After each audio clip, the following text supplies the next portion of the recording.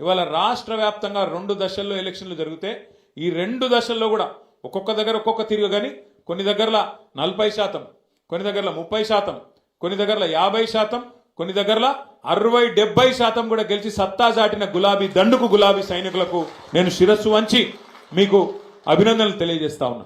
మామూలు విషయం కాదు ఇది.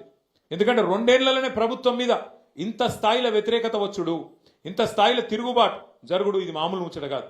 ఎందుకంటే ప్రజలు కూడా జనరల్గా ఎట్లుంటారంటే ఇంకో 3 ఏళ్ళు గవర్నమెంట్ ఉంది కదా సూతాంతి అన్నట్టు ఉంటారు. కానీ తెలంగాణలో పరిస్థితి అలాగున్నది. మీరు గమనించండి, ఎంత కోపం ఉంటే ప్రభుత్వం మీద ఎంత వ్యతిరేకత ఉంటే ఇట్లాంటి వ్యతిరేక ఫలితాలు వస్తాయి. ఒకసారి యాద్ చేసుకోండి. మన ప్రభుత్వం ఉన్నప్పుడు 32 జిల్లా పరిషత్లు ఉంటే 32 మనమే గెలిచినాం.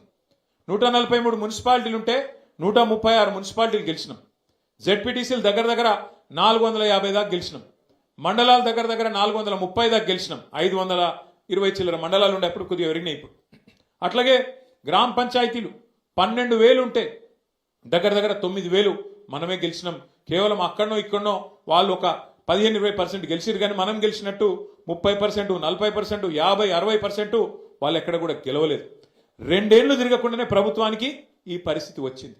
మరి పెద్దల ఆత్మవిమర్శ చేసుకోవాలి కాంగ్రెస్ వాళ్ళు.